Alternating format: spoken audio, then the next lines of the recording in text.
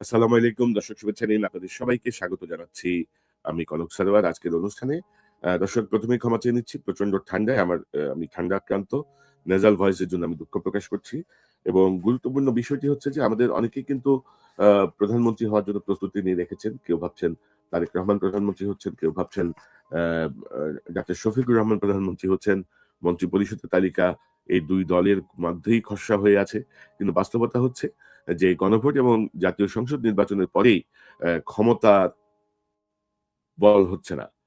যেহেতু ডক্টর ইউনূস সরকারের ক্ষমতার কোনো মেয়াদ নাই, এমন কোনো বাধ্যবাধকতাও নাই যে তাকে ক্ষমতা থেকে সরে যেতে হবে বা এতদিনের মধ্যে তাকে নতুন করে আ সরকার কি বলবো? নতুন সরকারের কাছে দায়িত্ব বুঝিয়ে দিতে হবে। তো গণপরিষদের নির্বাচন আসলে হচ্ছে এবং জাতীয় সংসদ নির্বাচনের নামে গণপরিষদের নির্বাচন হচ্ছে এবং আগে সংবিধান সংস্কার হবে, সকল কিছু হবে। তারপরে যে হবে আ মানে কি বলবো? তারপরে কি হবে সেটার ব্যাপারে আসলে কোনো নির্দেশনা নাই। এবং আমি যদি আপনাদেরকে এই সংক্রান্ত যে অধ্যাদেশ, সেই অধ্যাদেশটা থেকে যদি একটু পড়ে শোনাই, আ সেটি হচ্ছে আমি যদি দেখাই আমাদেরকে এটি হচ্ছে অধ্যাদেশ। এই অধ্যাদেশটি হচ্ছে জুলাই জাতীয় সনদ সংবিধান সংস্কার বাস্তবায়ন আদেশ ২০২৫। এটি ১৩ই নভেম্বর ২০২৫ সালের জারি করা রাষ্ট্রপতির অধ্যাদেশ এবং এই অধ্যাদেশের ৪ নাম্বার পেজটা গুরুত্বপূর্ণ ৪, ৫, ৬।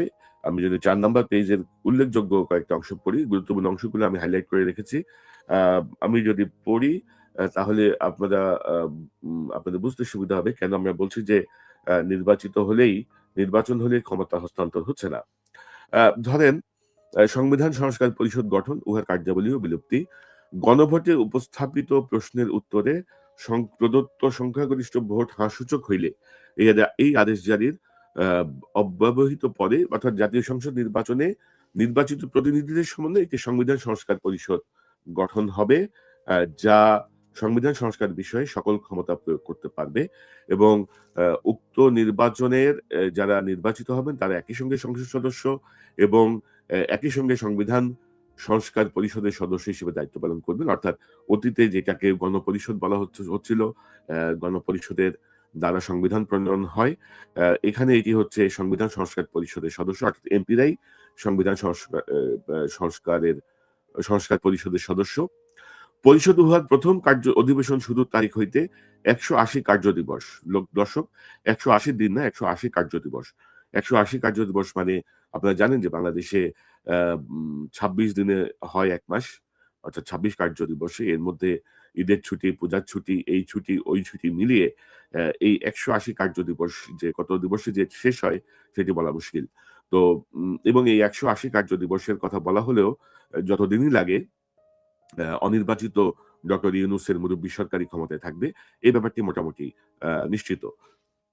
পাশাপাশি আ আ তারা বলছে যে ১৮০ কার্য দিবসের মধ্যে জুলাই জাতীয় সনদ ও গণভোটের ফলাফল অনুসারে সংবিধান সংস্কার সম্পন্ন করিবে এবং তাহা সম্পন্ন করিবার পর পরিষদের কার্যক্রম সমাপ্ত হইবে। পরিষদের কার্যধারা আ উম অংশগ্রহণের নির্বাচিত প্রতিনিধিগণ পরিষদ সদস্য হিসেবে অভিহিত হইবেন এবং তারা শপথ নেবেন, সংসদ সদস্য হিসেবেও শপথ নেবেন। তারা সংবিধান সংস্কার পরিষদের সদস্য হিসেবেও তারা শপথ নেবেন। এবং ৯ নাম্বার ধারায় বলা হচ্ছে পরিষদের সভাপ্রধান। পরিষদের ১ম অধিবেশনের ১ম বৈঠকে পরিষদ সদস্যগণ ইহার সভাপ্রধান ও উপসভাপ্রধান নির্বাচন করিবে। যেটি নরমালি ছিল যে উম আ সংখ্যাগরিষ্ঠ দলের নির্বাচিতদের মধ্য থেকে একজনকে সংসদ নেতা, একজন সংসদ উপনেতা নির্বাচন করা। সংসদ নেতা যিনি তিনি আ উম প্রধানমন্ত্রী হিসেবে শপথ নেন। এবং ১ম অধিবেশনে সাধারণত বিরোধী দলের নেতাও নির্বাচন করা হয়। এবং আ এই সভাপ্রধান এবং উপসভাপ্রধান তারাই আসলে এম এ কার্যপ্রণালী বিধি অনুযায়ী এ এ এ এই সংস্কার পরিষদের কার্যক্রম পরিচালনা করবেন। দুঃখিত। এবং আমি যদি ৫ নাম্বার পেজে যাই, ৫ নাম্বার পেজে বলা হচ্ছে যে অর্থাৎ গণভোট এবং জাতীয় সংসদ নির্বাচনের ফলাফল ঘোষণা হওয়ার ৩০ পঞ্জিকা দিবসের মধ্যে অর্থাৎ সেই ৩০ কার্য দিবসের মধ্যে আ জাতীয় সংসদের ১ম অধিবেশন আহ্বান করা হইবে। অনুরূপ পদ্ধতিতে পরিষদের প্রথম অধিবেশন আহ্বান করা হইবে। অর্থাৎ এখানে ধরেন ৩০ দিন নাই। ৩০ দিন মানে ধরেন প্রায় ১.৫ মাসের মতো নাই ধরে রাখেন। এবং পরিষদ আ মানে ৬০ জন থাকলে কোরাম হবে, আ এই জাতীয় কথা বলা হচ্ছে এবং পরিষদের আ উম আ পরিষদের কোনো কার্যধারার বৈধতা এবং পরিষদ সদস্যদের বিশেষ অধিকার ও দায়মুক্তি জাতীয় সংসদ ও সংসদ সদস্যদের অনুরূপ হইবে। অর্থাৎ তাদের এক ধরনের ইন্ডেমনিটি দেওয়া হয়েছে, তাদের দায়মুক্তি।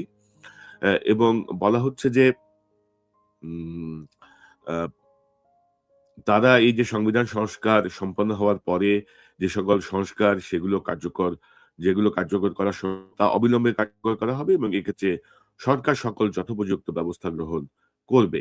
আ পাশাপাশি এখানে বলা হচ্ছে যে উম উচ্চকক্ষ গঠন করা হবে। উচ্চকক্ষ কিভাবে গঠন করা হবে অ্যা সে ব্যাপারে মানে নিম্নকক্ষে নির্বাচনে প্রাপ্ত ভোটের সংখ্যানুপাতিক প্রতিনিধিত্ব আ প্রপোর্শনাল রিপ্রেজেন্টেশন পিআর পদ্ধতিতে তারা একটি উচ্চকক্ষ গঠন করবে এবং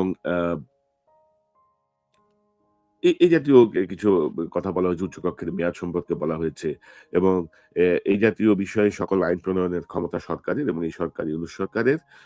পাশাপাশি বলা হচ্ছে যে পরিষদ কর্তৃক গৃহীত সংবিধান সংস্কার চূড়ান্ত হইবে এবং উক্তরূপ সংস্কার বিষয়ে কোনো অনুমোদন বা সম্মতির প্রয়োজন হবে না। অর্থাৎ এই এই স গণ আ সংবিধান সংস্কার পরিষদ সংবিধান যেটি প্রণয়ন করবেন বা যেটি একসেপ্ট করবেন, সেটি নিয়ে কোন ধরনের অ্যাপ্রুভাল এর আর প্রয়োজন হবে না।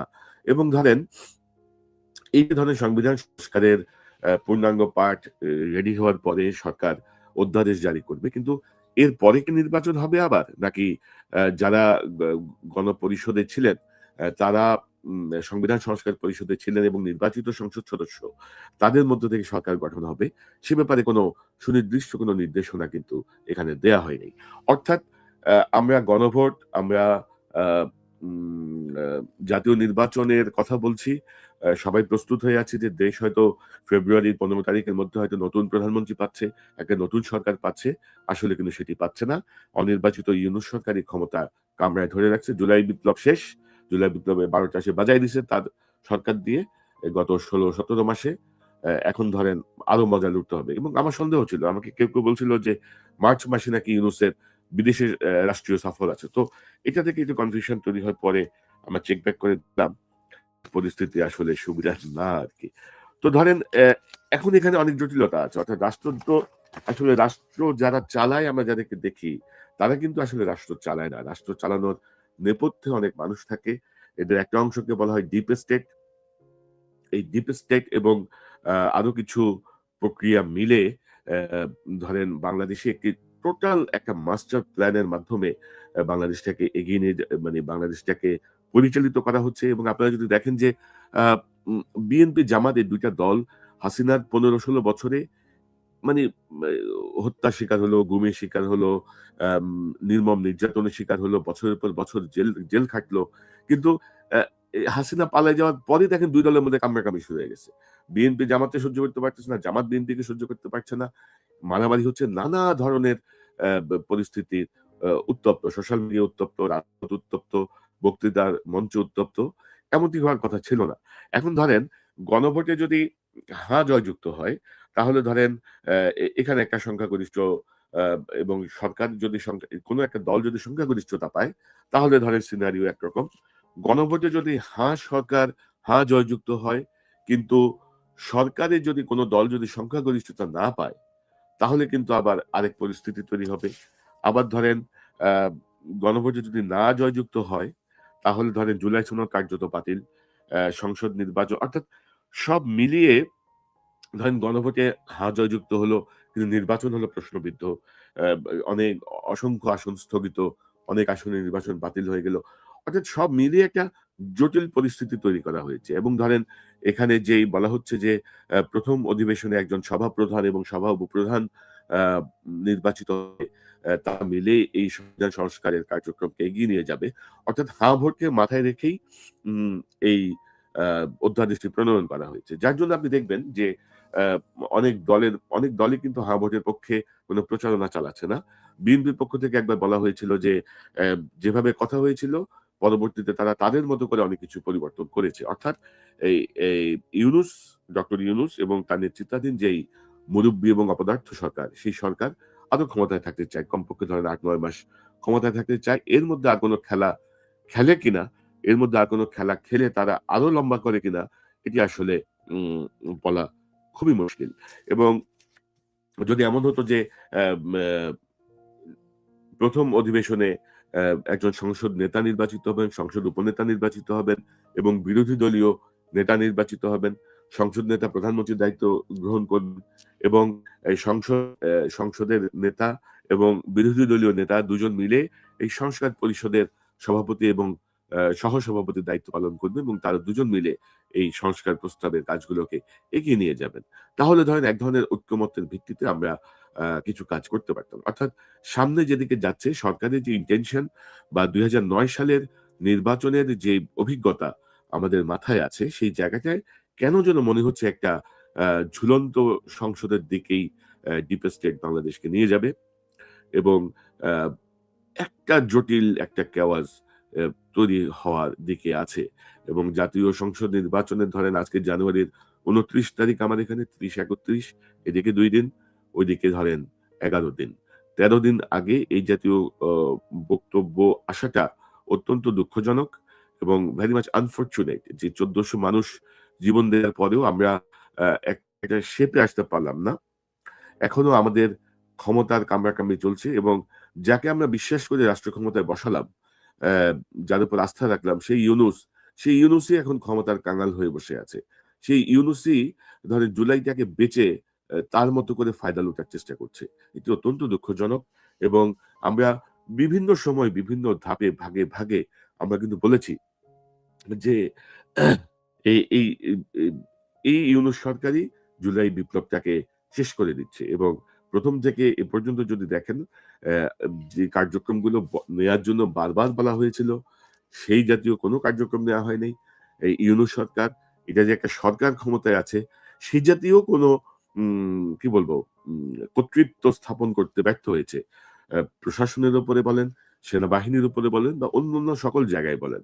এই যে গতকালই ডক্টর ইউনূসের এক বক্তৃতা শুনলাম, এই ফাইজলামি কথাবার্তা, আ সেই মোটিভেশনাল কথাবার্তা, বাংলাদেশীরা সব ভুয়া কাগজপত্র দিয়ে বিদেশে যায়।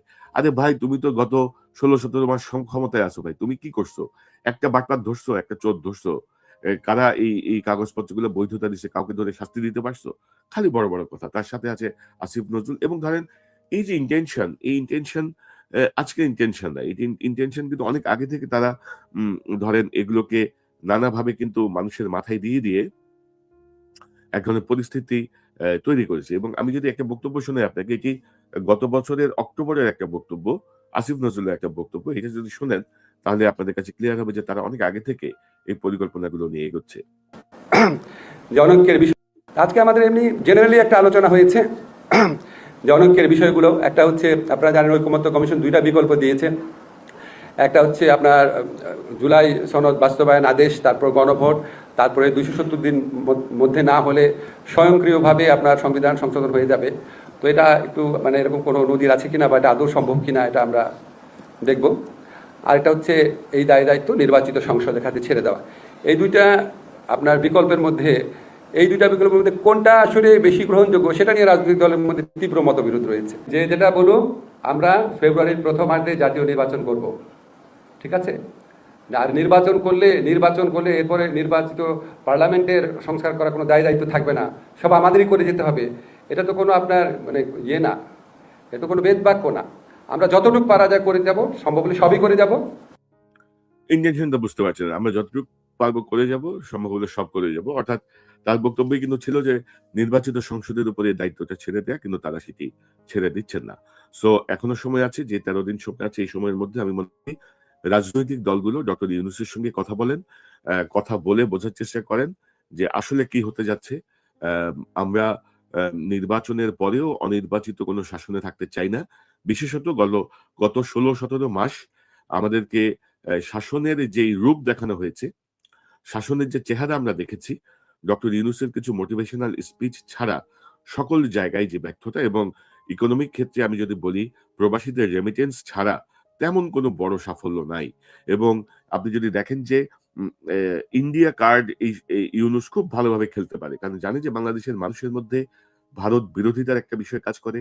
ভারতের দ্বারা নিষ্পেষিত হয়ে হাসিনার প্রতি ভারতের যে আনুকূল্য, যে প্রভাব ছিল, সেই কারণে ভারতের প্রতি মানুষের যেই ক্ষোভ, সেই জায়গাটি আপনি যদি দেখেন, ইউনূস যেদিন দায়িত্ব নিতে বাংলাদেশে ফিরেছে, সেদিন বলেছে 7 সিস্টার নিয়ে এক কথা।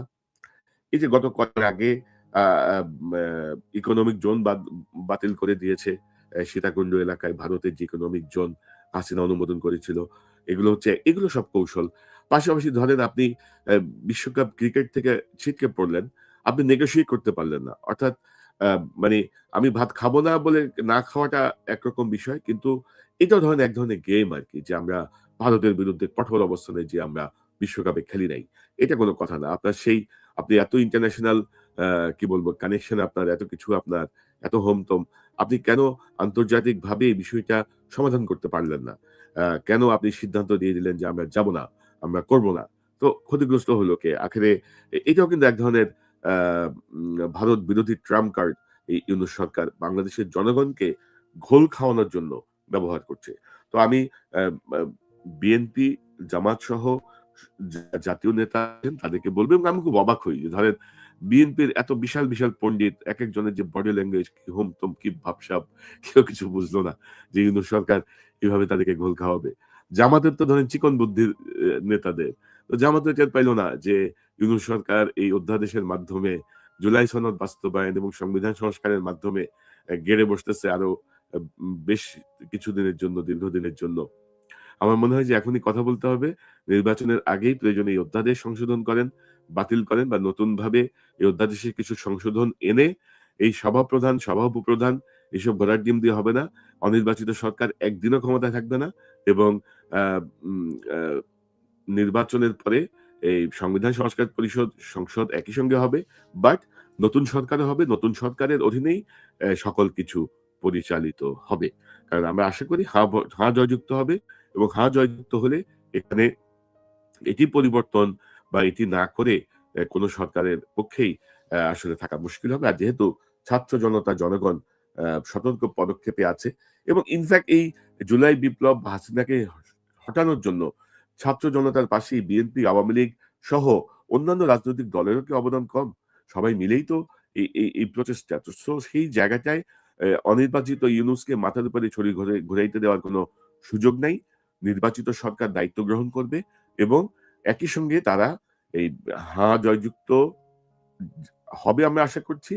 সেই অনুযায়ী সংবিধানে বিতর্কের মাধ্যমে সংবিধান সংস্কার করে, তার গেজেট জারি করে সংবিধান সংশোধন করবে। আমরা সে প্রত্যাশা করি। রাজনৈতিক দলগুলোকে আহ্বান করব, আপনারা অত্যন্ত দ্রুত কার্যকর পদক্ষেপ নিন। না হলে ইউনূস গং বাংলাদেশের রাষ্ট্র ক্ষমতা থেকে বিদায় হবে না। কারণ তারা প্রটোকলের মধ্যে পেয়ে গেছে। তারা তাদের আখের আরো গুছাতে চায়। এই প্রায় ৯০ বছরের কাছাকাছি বয়সেও আরো আখের গুছাতে চায়। এই বয়স্করা এত লোভী হতে পারে, এত ধূর্ত হতে পারে, আমি আমি আমার হিসেবে আসলে বুঝি না যে তারা কি করতে চাচ্ছে, কেন করতে চাচ্ছে? কেন এই ছাত্র জনতার এই রক্তের উপর দিয়ে তাদের লোভের বাস্তবায়ন তারা করতে চাচ্ছে? তো দর্শক, এই পর্যন্তই। আমরা দেখি রাজনৈতিক দলগুলো কি করে, কি পরিস্থিতির দিকে যায়। আম আমরা পর্যবেক্ষণে রাখছি। নিশ্চয়ই আমরা পরবর্তী সময়ে আবার এই বিষয়গুলো নিয়ে কথা বলব। আ আজ এ পর্যন্তই। দর্শক ভালো থাকুন। এই চ্যানেলটি সাবস্ক্রাইব করে আমার পাশে থাকুন। এই চ্যানেলের মেম্বারশিপ নিয়ে আমাদের পাশে থাকুন। আবারও দেখা হবে ইনশাআল্লাহ। আসসালামু আলাইকুম।